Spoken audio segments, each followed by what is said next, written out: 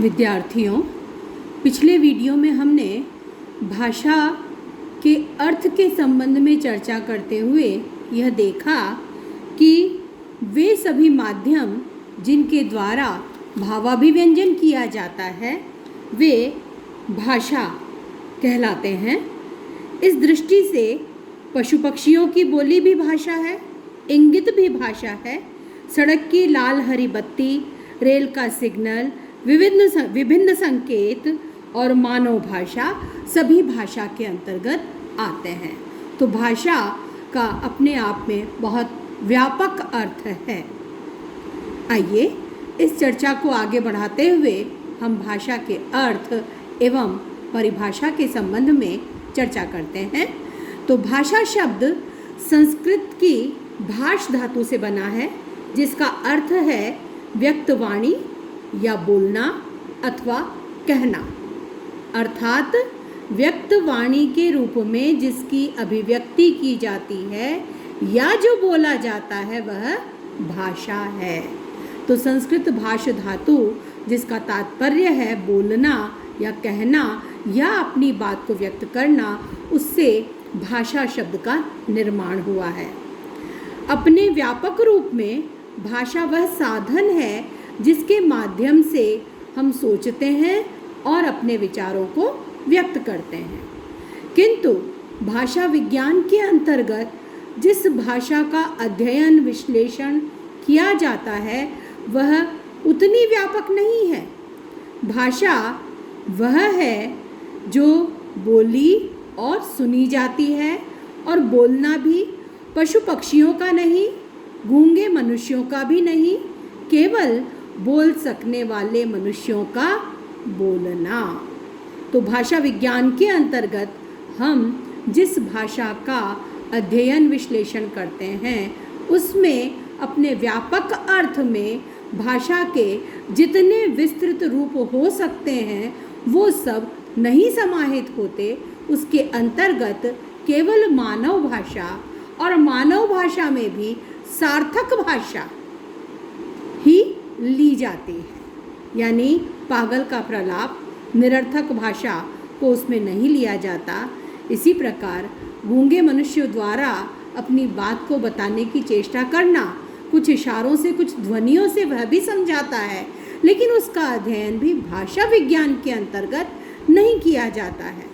तो बोल सकने वाले मनुष्यों का जो बोलना है उसका अध्ययन भाषा विज्ञान के अंतर्गत होता है। तो भाषा विज्ञान मानव मुख से निसृत ऐसी सार्थक ध्वनियों का अध्ययन करता है जिनसे मानव परस्पर भाव विनिमय करता है। तो भाषा विज्ञान के अंतर्गत मानव मुख से निसृत यानी मानव मुख से प्रकट होने वाली, निकलने वाली ऐसी सार्थक ध्वनियाँ, निरर्थक ध्वनियाँ नहीं, सार्थक ध्वनियाँ, उनका अध्ययन करता है जिनसे मानव परस्पर भाव विनिमय करता है। इस प्रकार भाषा और मानव का सह संबंध है, और भारतीय और पाश्चात्य विद्वानों ने अपने अपने ढंग से इसकी परिभाषाएं भी दी हैं। आइए हम कुछ परिभाषाओं पर विचार करते हैं। खासतौर से आज इस वीडियो में हम भारतीय विद्वानों द्वारा जो भाषा विज्ञान के संबंध में परिभाषाएं दी गई हैं उनकी चर्चा करेंगे। तो सबसे पहले हम लेते हैं भारतीय मतों को। उनमें पतंजलि महाभाष्य के अनुसार वर्णों में व्यक्त वाणी को भाषा कहते हैं। उन्होंने बहुत सीधी सरल परिभाषा इसकी दी है। वह वाणी जो वर्णों के माध्यम से व्यक्त होती है, वर्णों में व्यक्त होती है, यानी कि वही सार्थक ध्वनि, वही भाषा है। कामता प्रसाद गुरु अपने हिंदी व्याकरण में लिखते हैं, भाषा वह साधन है जिसके द्वारा मनुष्य अपने विचार दूसरों पर भली भांति प्रकट कर सकता है और दूसरों के विचारों को स्पष्टतः समझ सकता है। तो इसमें भी कामता प्रसाद गुरु के अनुसार भी भाषा मनुष्य के परस्पर विचार विनिमय का माध्यम है। डॉक्टर श्याम सुंदर दास के अनुसार मनुष्य और मनुष्यता के बीच वस्तुओं के विषय में अपनी इच्छा और मति का आदान प्रदान करने के लिए व्यक्त ध्वनि संकेतों का जो व्यवहार होता है उसे भाषा कहते हैं। तो श्याम सुंदर दास भी कहते हैं कि जो मनुष्य है और मनुष्यता यानी मानव और मानवता के बीच यानी परस्पर मानवों के बीच वस्तुओं के विषय में यानी कोई ना कोई विषय तो विचार विनिमय का होगा ही सही, तो अपनी इच्छा और मति का आदान प्रदान, इच्छाओं का भी और अपनी बुद्धि का, विचारों का, सबका आदान प्रदान है, वो करने के लिए जो ध्वनि संकेत वो काम में लेता है वो भाषा कहलाते हैं। आचार्य किशोरीदास वाजपेयी के अनुसार हम अपने मन के भाव प्रकट करने के लिए जिन सांकेतिक ध्वनियों का उच्चारण करते हैं उन्हें भाषा कहते हैं।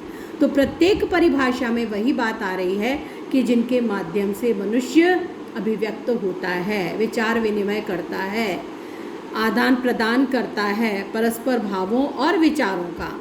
तो किशोरीदास वाजपेयी के अनुसार भी अपने मन के भाव प्रकट करने के लिए जिन सांकेतिक ध्वनियों का यानी ध्वनि संकेतों का उच्चारण किया जाता है वो भाषा कहलाते हैं।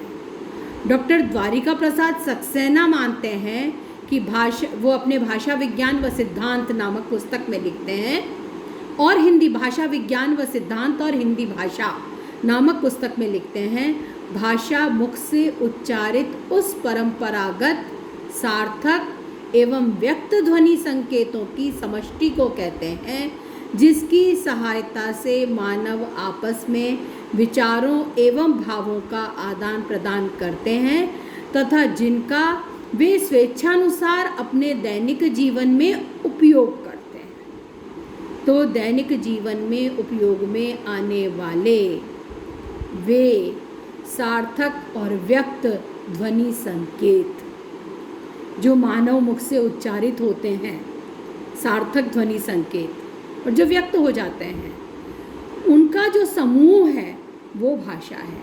और उसकी सहायता से क्या होता है, मनुष्य आपस में विचारों भावों का आदान प्रदान करता है और स्वेच्छानुसार दैनिक जीवन में उपयोग भी करता है। यानी एक मनुष्य नहीं, मनुष्य, सभी मनुष्य, पूरा मानवीय समाज, मानव समाज उसका उपयोग करता है। डॉक्टर देवेंद्रनाथ शर्मा भाषा विज्ञान की भूमिका में भाषा की परिभाषा देते हुए लिखते हैं, उच्चारित ध्वनि संकेतों की सहायता से भाव या विचार की पूर्ण अभिव्यक्ति भाषा है।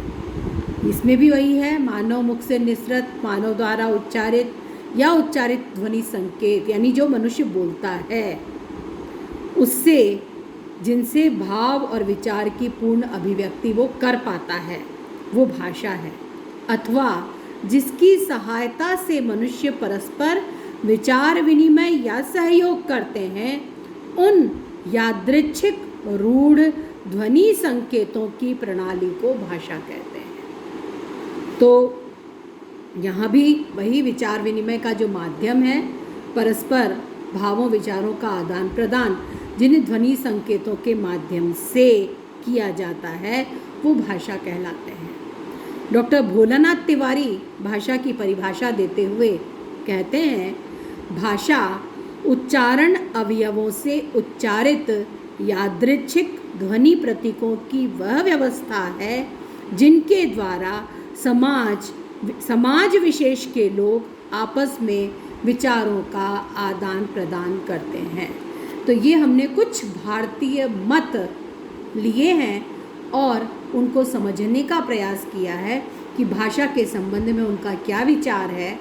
और इन सभी मतों को जब हम देखते हैं तो एक ही बात सामने आती है कि वे ध्वनि संकेत यानी मानव मुख से उच्चारित, मानव द्वारा बोले जाने वाले ध्वनि संकेत जिनके माध्यम से वो परस्पर विचार विनिमय करता है, जो उसके विचार विनिमय का माध्यम बनते हैं, उसके एक दूसरे से संपर्क का माध्यम बनते हैं, वे ध्वनि संकेत ही भाषा कहे जाते हैं। तो यह एक मूल विचार भाषा के संबंध में इन सभी परिभाषाओं से उभर कर आता है। आगे के वीडियो में हम पाश्चात्य विचारकों के मत की चर्चा करते हुए इसकी एक निश्चित परिभाषा निर्धारित करने का प्रयास करेंगे।